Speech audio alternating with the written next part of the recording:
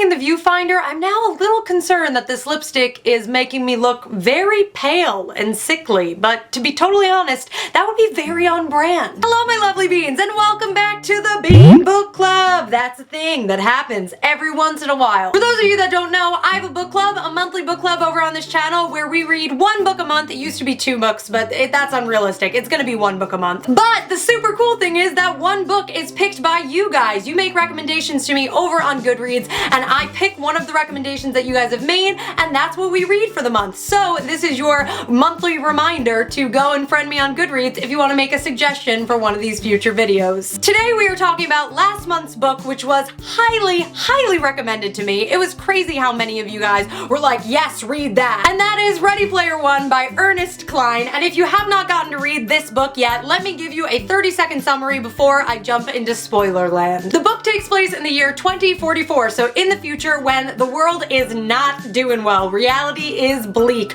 The world has pretty much succumbed to global warming and the destruction of the earth in our own man-made way, and therefore everyone is kind of impoverished and not in a good place. But they do have an escape, and that is virtual reality, which is called the Oasis. This has taken over reality for most people. It's one of those things where most kids go to school there, most people have jobs in virtual reality. It has seriously, like, taken over the planet. 5 years before our story starts, the creator of the Oasis, James Halliday, passes away, and when he passes away, he reveals a scavenger hunt for his fortune. The only thing that he leaves people to go off of is one clue, and it takes 5 years for somebody to finally unlock that clue, and that is our main character, Wade Watts. And so the story follows Wade in the chaos that comes after him finding the first clue and the race to the finish. All I will say before I tell those of you who have not read it yet to go away and come back after you've read is that this is 5 out of 5 beans for me. This is an amazing book,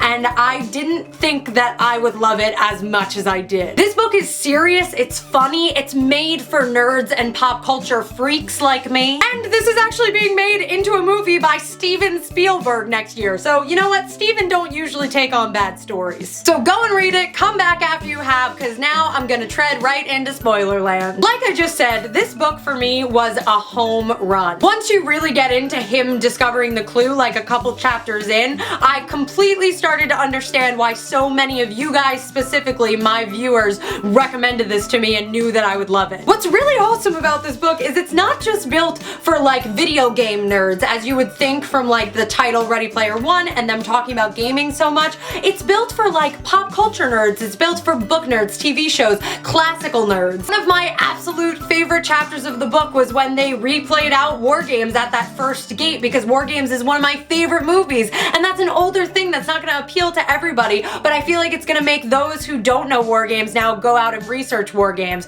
which is one of the beautiful things about this book, because it's kind of like Halliday's game in the book is being played on you without you really knowing it. One of the reasons very clearly, and I think it's so cool about why Halliday in the book obviously made the Easter egg hunt, is part of him just wanted people to know about what he loved, all of the crazy things that he loved. Maybe somebody would discover them and love it themselves, or at least then they'd know about it. We all have something really obscure in our minds that we're really big fans of, that we wish everybody were big fans of, and that's kind of the beautiful thing in this book, is that that's very clearly one of the reasons why he made the scavenger hunt, the Easter egg hunt.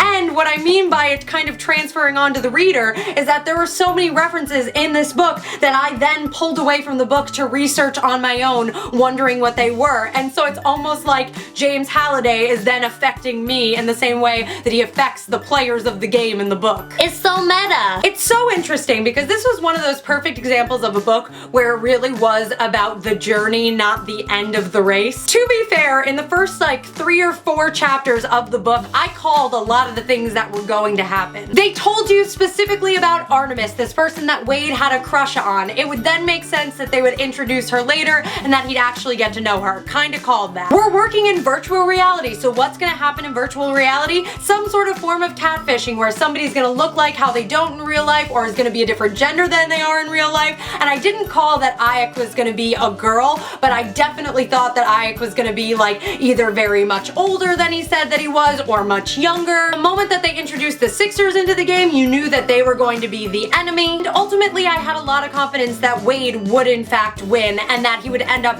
splitting it in some way with the people that helped him along the journey. Considering that early on in the book, I pretty much had a lot of the book mapped out in my mind, there was still so much that I did not see coming in this, and even the stuff that then I thought I saw coming, it ended up going in a slightly different direction than I anticipated. I did not expect by any means for this book to be as dark as it is. I mean, like when Wade is really losing towards the end and he's not really speaking to anybody, that is like very depressing. It's very dark. It's not very YA at all. When I actually first tweeted that I was going to be reading Ready Player One for the Bean Book Club, one of my best friends, Danny, tweeted back at me and said for me to let him know when I was done reading it how I liked it, because he had never been able to get past the first couple of chapters because it was too depressing for the mind space that he had been at the time. It was like a little too close to home. This book had a lot of really real life themes going on to it, not to mention that this book was written in 2011, I believe is when it came out, and now in 2017 we are so much closer to VR. Like, I actually 2 weeks ago went to the YouTube space when I was reading this book and tried on a VR visor for the first time, and it was ridiculous. And so reading this book now, it feels so much more real. Like, this is actually a thing I could see happening. It's not so far-fetched. It also is a book that acknowledges that global warming is real. It's a real thing. It's real. It's real. I'm not saying as soon as 2044 our world is gonna go to shit, but if we don't start taking care of it soon, folks. One of my favorite themes in this book is also the fact that all of these people know each other on a mental level, and so there really is a certain level of judgment that is taken out of these characters. Obviously, the biggest reflection of this is in the reveal between Wade and Ike. Ike, A-E-C-H. I might not be saying that correctly, but that's how I'm gonna say it. When the movie comes out, I'll figure out how to say it right. I really love the line that he said when he realized that it didn't matter if she were a he or a her, that they had had a mental connection, and that was what was important. This book reflects a lot of really scary things about VR, but it also reflects a lot of really awesome things that I think are a little bit commentary on sort of the internet connections that we have with people, those sorts of relationships through a screen that are more personality based than they are look based. The idea that these things that we really, really love and that we're obsessed with, like the Easter egg hunt, or for me, Harry Potter, or for him, war games, you know, those sorts of things can bring each other together and really build those friendships from a core. And I loved the friendships that Wade made in this book. You know, the friendships ended up meaning more than the prize, which is the, you know, beautiful outer layer of this. I mean, I'm sure that prize was great too, though. I mean, the chapter where he realizes that Daito, I hope that's how you pronounce it. Again, these names, guys. The chapter where Shoto comes and lets him know that Daito was really killed in real life, and they're all starting to reveal their identities and starting to become more vulnerable with one another because they realize that they have to be. It's kind of a wonderful reveal and lesson and just great thing. Both Oj and James Halliday's characters both reminded me of like Dumbledore in a really amazing way. Like they were just these like really cool old guys that like knew they wanted these people to have an awesome future and wanted to help them because they knew they were the good guys. And not to mention the Sixers. The Sixers were terrifying. They went from 0 to 60 real quick. All of the keys were really cool. All of the gates were really cool. I know that the moment that I turn this camera off, I'm gonna have so much more to say, but in brief, I loved this book. I really did, and I've read it twice now, and I just really had a special connection to it. I wish there was gonna be another one, but it really was a great book, and I'm excited to see what they do for the movie for it. I like can't wait to revisit this in a year when the movie is coming out and like see what they do with it. That's gonna be really exciting. So thank you to you lovely beans for recommending this book to me. It was originally recommended by my girl Emily, and then on a live stream when she mentioned it, all of you were like, yes, read that book right now, and thank you for doing that because I love this. 5 out of 5 beans. So wrapping up this video, it is now time to announce next month's book, and next month's book is a very exciting book. It's Spellswords by